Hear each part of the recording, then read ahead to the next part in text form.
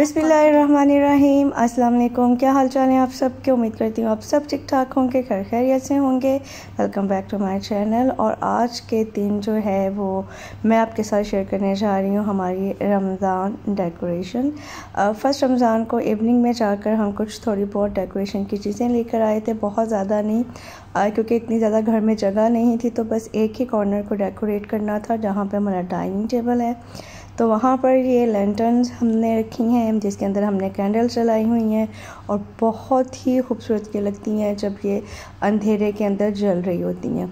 उसके अलावा इसी कॉर्नर के ऊपर ही हमने ये जो है वो रमज़ान मुबारक जो है वो लगाया है और साथ में कुछ लाइट्स हैं। ये लाइट्स जो हैं ये भी लैंटर्न्स ही की बनी हुई हैं, तो डिफरेंट कलरफुल जो है वो इसकी लाइट है। तो बस ये छोटी सी हमारी डेकोरेशन थी। आप कर दें चैनल को सब्सक्राइब, वीडियो को लाइक। तो चलते हैं हम हमारे अफ्तार की तरफ। ये जो है 3rd रमज़ान की अफ्तारी जो है वो मैं बना रही हूँ। इसमें जो है आज का जो मेन्यू है उसमें जो है सालन जो बनेगा वो है भिंडी का। सालन जो है वो बेसिकली सिर्फ सहरी में खाने के लिए ही बनता है, क्योंकि हम लोग डिनर नहीं करते हैं। अफ्तारी करने के बाद ही हम लोग इतना फुल हो जाते हैं कि उसके बाद डिनर की बिल्कुल भी गुंजाइश नहीं होती है। तो जो भी सालन बनता है, एक दिन सालन बन जाता है तो उसको 2 दिन फिर हम सहरी में खा लेते हैं। तो अभी जो है वो बन रही है भिंडी। सिंपल से तरीके से फटाफट मैं बना रही हूँ। यहाँ पर टाइम बहुत ज़्यादा कम था क्योंकि इससे एक दिन पहले जो है वो हरम की काफ़ी ज़्यादा तबीयत ख़राब हो गई थी, तो पूरी रात भी मैं उसकी वजह से नहीं सो पाई। फिर सुबह सहरी के बाद भी उसकी तबीयत काफ़ी डाउन थी, उसको फ़ीवर काफ़ी ज़्यादा हाई था, तो मैं सो नहीं पाई थी। तो फिर मैं दिन के टाइम ना ज़ोहर की नमाज़ पढ़ के मैं सो गई हूँ और फिर मेरी जब आँख खुली है ना तो उस टाइम पे 4:30 बज रहे थे। फिर फटाफट उठ के मैंने पहले तो असर पढ़ी है और असर पढ़ने के बाद जो है ना वो मैं आई हूँ किचन में। और सिर्फ 1 घंटा रह गया था जिसमें मुझे सब सालन की भी तैयारी करनी थी और उसके अलावा मुझे अफ्तारी भी बनानी थी, क्योंकि भिंडी में कटिंग काफ़ी हो जाती है, भिंडी काटने में, प्याज काटने में। तो बस मैंने जो है ना समझे 100 की स्पीड पर सारा काम किया। फटाफट भिंडी को कट करके हल्का सा फ्राई किया, उसमें प्याज, लहसुन, अदरक, टमाटर सब डाल के उसको भून के नमक मिर्च और हल्दी डालकर उसको फ्राई कर के तो मैंने इसको ढक्कन लगाकर छोड़ दिया दम पे। मीनवाइल मैंने कटिंग की है जी। ये पकौड़े बनाने थे आज के, हमारे मेन्यू में पकौड़े थे और फ्रूट चाट थे और उसके अलावा आलू के पकौड़े थे। सब्ज़ी के पकौड़े मेरे और हरीम के लिए, बच्चों के लिए, क्योंकि हमें सब्ज़ी के पकौड़े ज़्यादा पसंद है और हस्बैंड को आलू के पकौड़े ज़्यादा पसंद हैं, तो उनके लिए मैं आलू के पकौड़े बनाऊँगी। यहाँ पर जो है फ्रूट चाट बन रही है। जो भी घर में फ्रूट अवेलेबल था वो सब चॉप कर दिया है और फिर उसके अंदर थोड़ी सी चीनी डालकर और उसके अलावा उबले हुए चने जो थे वो डालकर मैंने इसको छोड़ दिया है ताकि चीनी डिज़ोल्व हो जाए। अब यहाँ पर आलू के पकौड़े जो हैं उसके लिए मैंने आलूओं को स्लाइस कट करके रख दिया है। अब मैं बना रही हूँ बेसन का बैटर, जिसमें हम आलू के पकौड़े पहले बनाएंगे और फिर उसी बैटर के अंदर हम अपनी जो कट की हुई वेजिटेबल्स हैं, जिसमें आलू है, प्याज है, पालक है, उसके अलावा बैंगन है कट किए हुए और सब्ज़ मिर्च, ये सब चीज़ें डालकर तो हम अपने वेजिटेबल वाले पकौड़े भी बनाएंगे। तो जो बेसन है कि मैं यहाँ पर 1 कप मैंने बेसन लिया था, उसके अंदर मैंने 4 खाने के चम्मच चावल का आटा डाला था। चावल का आटा डालने से बहुत क्रिस्पी जो है वो आपके पकौड़े बनते हैं और वो ऑयल भी कम अपने अंदर एब्जॉर्ब करते हैं। उसके अलावा मैंने इसमें नमक डाला था, लाल मिर्च का पाउडर डाला हुआ था, हल्दी थोड़ी सी डाली थी। इसके अलावा इसमें मैंने थोड़ा सा ज़ीरा डाला था, अजवाइन को हाथों में क्रश करके डाला था और एंड पे कसूरी मेथी डालकर, और उसके अलावा खुश्क धनिया मोटा कुटा हुआ जो है वो मैंने डाला था। और बस पानी डालकर इसका इतना बैटर बना लिया कि जो हमारे आलू के स्लाइसेस हैं उसके ऊपर एक थिन सी पतली सी लेयर आ जाए। मोटी लेयर बिल्कुल भी नहीं आनी चाहिए। अगर आपका बैटर जो है वो बहुत थिक होगा, गाढ़ा होगा, तो आपकी लेयर जो है ना आलू के पकौड़ों पे बेसन की वो बहुत मोटी बनेगी, जिसकी वजह से आलू जो है वो अंदर से कच्चे रह जाएंगे और वो बिल्कुल भी खाने में मज़े के नहीं लगते। तो जितनी पतली लेयर होगी उतने ही आपके क्रिस्पी जो आलू के पकौड़े बनेंगे।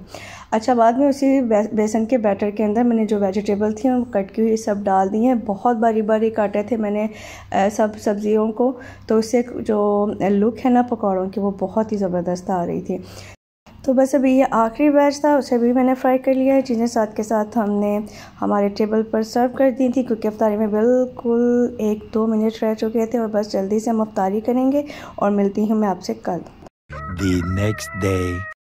तो ये है जो अगले दिन का क्लिप है। यहाँ पर अनबॉक्सिंग करने जा रही हूँ मैं एयर फ्रायर की, जो हम लेकर आए थे।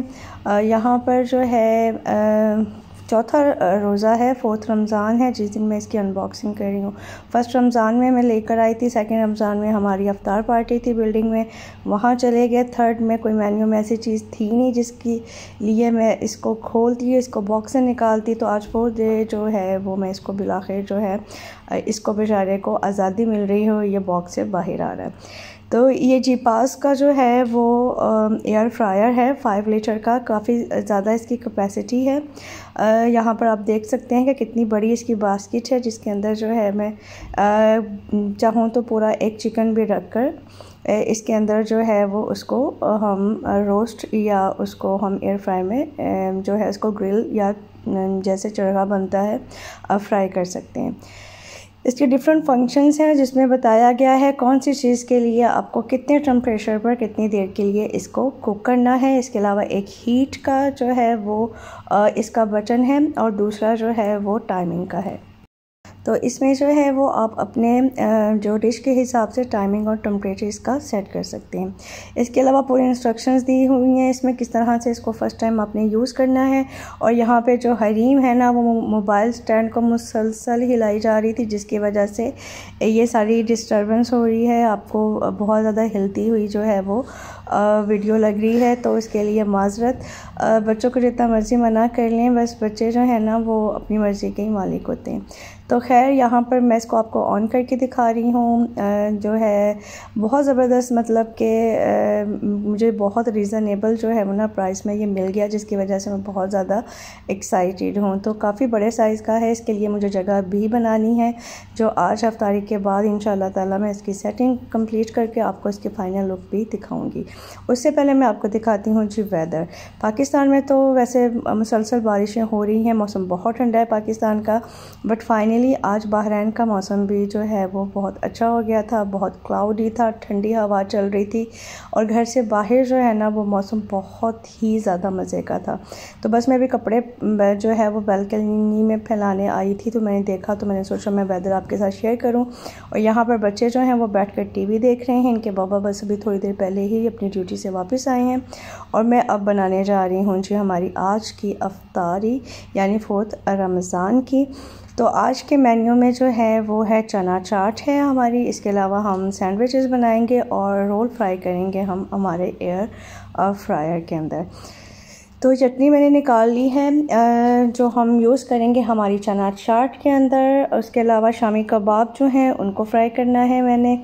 हरम की जो है ना तबीयत 2-3 दिन से काफ़ी डाउन चल रही थी, उसको हम हॉस्पिटल लेकर गए, उसका चेकअप करवाया, एक्सरे वगैरह हुए, तो डॉक्टर ने ये डायग्नोस किया है कि उसको निमोनिया का अटैक आया है, जिसकी वजह से उसके चेस्ट में, उसके लंग्स में थोड़ा इन्फेक्शन हो गया है, क्योंकि उसको मुसलसल 2 दिन तो लगातार फ़ीवर रहा, मेडिसिन के बावजूद भी उसका फ़ीवर उतर नहीं रहा था। उसको मैं दिन में 3 बार नेबुलाइज भी कर रही थी। अब खांसी उसको इतनी ज़्यादा नहीं थी, बहुत कम खांसी थी और फ्लू भी बहुत नहीं था, लेकिन उसके जो लंग्स हैं ना उसके ऊपर जो है वो बैक्टीरियल इन्फेक्शन का जो है वो असर हुआ है, जिसकी वजह से उसको काफ़ी हाई ग्रेड जो है ना वो फ़ीवर हो रहा था। तो उसकी वजह से मैं काफ़ी ज़्यादा अपसेट थी, मुझे उसको भी देखना होता था, उसको मेडिसिन देना, उसको नेबुलाइज करना, वो खाती पीती बिल्कुल भी नहीं थी। तो बस इसी परेशानी में जो है ना मेरी जो रूटीन है ये थोड़ी डिस्टर्ब हुई थी। रात में बहुत लेट सोना, और जब इसकी तबीयत ख़राब होती थी, उसको फ़ीवर होता था रात में, तो इसकी परेशानी में और टेंशन में मैं सो ही नहीं पाती थी। तो खैर अब आ जाते हैं जी हमारी अफ्तारी की तरफ। तो यहाँ पर मैंने चने लिए थे 1 कप, एक पूरा टिन जो होता है 350 शायद ग्राम का या 400 ग्राम का होता है, वो पूरा टिन, उसमें से लिक्विड सब निकाल कर उसको अच्छे से वॉश कर लिया था, क्योंकि उसके अंदर जो पानी होता है उसमें सोडियम बहुत ज़्यादा होता है, प्रिजर्वेटिव्स होते हैं, उनको वॉश निकाल कर डिस्कार्ड कर देते हैं और उसके बाद उसको वॉश करके मैं इसके अंदर यूज़ कर रही हूँ। इसके अलावा मैंने इसमें 3 से 4 खाने के चम्मच जो है वो स्वीट कॉर्न डाली थी, खीरा, प्याज, टमाटर, उबले हुए आलू, ये सब चीज़ें डालकर साथ में चटनी डाली है, दही डाली है, नमक डाला है और चाट मसाला डालकर इसको मैंने मिक्स हो करके रख दिया है, छोड़ दिया है ताकि ये अच्छे से सेट हो जाए।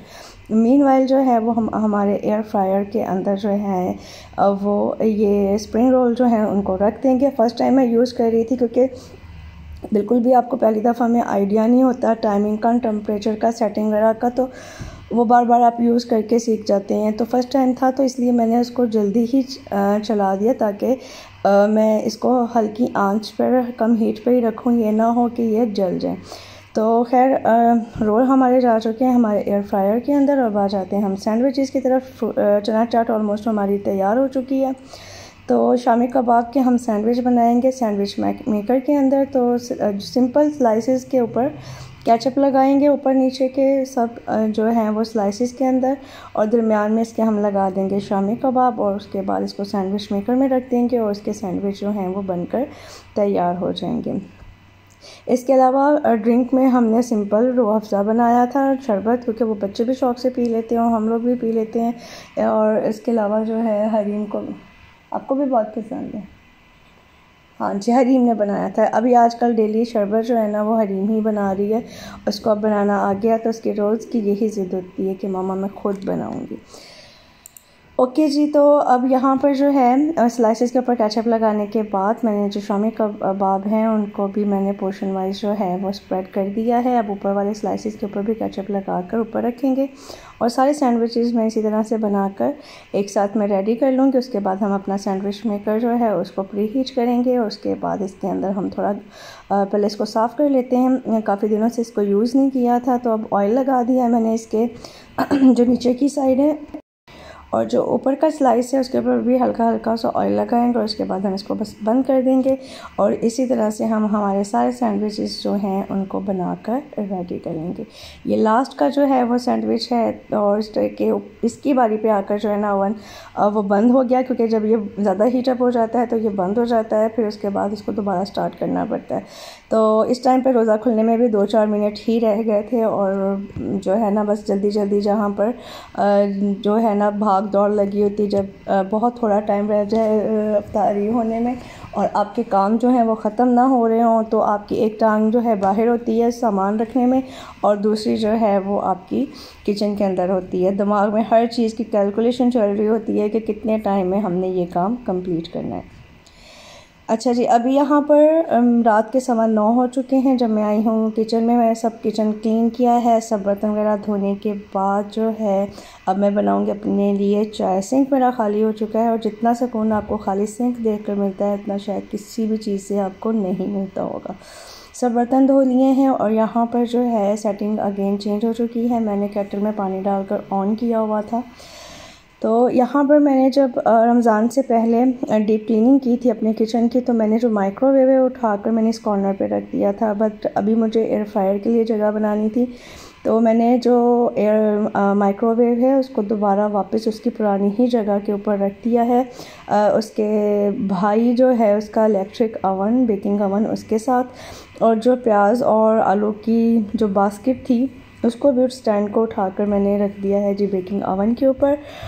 और इस कॉर्नर में जहाँ पर मैंने माइक्रोवेव रखा था वहाँ पर जो है वो मैंने अपना एयर फ्रायर, अपनी केटल वगैरह सब रख दी है और अपना मनी प्लांट का जो है गमला वो भी मैंने वहाँ पर लाकर रख दिया है। तो फ़िलहाल मेरे अभी के काम सारे हो चुके हैं ख़त्म। अब मैं पीऊँगी चाय क्योंकि हेडेक बहुत ज़्यादा थी। चाय पीने के बाद फिर मैं आराम से बैठकर जो है वो इस वीडियो की एडिटिंग करूँगी, इसका वॉइस ओवर करूँगी ताकि मैं इसको जो है वो अपलोड कर सकूँ। तो बस आज की वीडियो के अंदर जो है मैंने आपके साथ 2 दिन की अफ्तारी जो है वो शेयर की कि किस तरह से जो है ना बहुत कम टाइम में मैं समझे बिल्कुल आखिरी 1 घंटे में हर चीज़ बनाकर रेडी कर लेती हूँ। तो यही फ़ायदा होता है जब आप सब चीज़ें जो है वो पहले से बनाकर फ्रीज़र में रख लेते हैं तो आपका टाइम काफ़ी ज़्यादा सेव हो जाता है। अदरवाइज़ अगर सब कुछ आप जो है रमज़ान में बनाते हैं रोज़े के साथ तो आपका बहुत ज़्यादा टाइम वेस्ट हो जाता है। इसलिए पहले अगर मेहनत कर ली जाए तो फिर वही टाइम जो है वो आप अपनी इबादत में, अपने जो तस्बीहात होती हैं अपने नवाफिल में, उन चीज़ों में आप कुरान पाक की तिलावत में उस टाइम को आप स्पेंड कर सकते हैं। लेकिन अगर आपने पहले से तैयारी नहीं की हो और एंड टाइम पर आपको रमज़ान में हर चीज़ की तैयारी करनी पड़े, तो फिर आपका बहुत सारा टाइम जो है वो किचन की ही नज़र हो जाता है, और फिर जो असल मकसद है रमज़ान का, रमज़ान में ज़्यादा से ज़्यादा इबादत करने का, वो मकसद पूरा नहीं हो पाता। तो चाय मेरी बनकर हो चुकी है जी तैयार, और बस मैं चाय पीऊँगी आराम से, और उसके बाद जो है मैं आराम से सो जाऊँगी। फिर सुबह उठेंगे सहरी, और फिर वही जो डेली की रूटीन है घर के साथ, बच्चों के साथ, क्योंकि आजकल बच्चे घर पे हैं। जब से इनके एनुअल एग्ज़ाम्स ख़त्म हुए हैं तब से बच्चों को जो है वेकेशन चल रही हैं। 3 अप्रैल से इनका न्यू सेशन स्टार्ट होगा, माशाल्लाह नई क्लास में चली जाएंगी दोनों। तो उसके बाद जो है फिर मेरी इनकी स्कूलिंग की रूटीन जो है वो स्टार्ट हो जाएगी। तो आज की वीडियो में यही सब कुछ था। उम्मीद है आपको सब कुछ बहुत अच्छा लगा होगा। झटपट मेरी अफ्तारी बनाने की जो टेक्निक है वो भी आपको पसंद आई होगी, काफ़ी आइडियाज़ आपको मिले होंगे। तो बस अपना रखिएगा बहुत ज़्यादा ख्याल। फिर मिलेंगे नई वीडियो के साथ इंशाल्लाह। अल्लाह हाफ़िज़।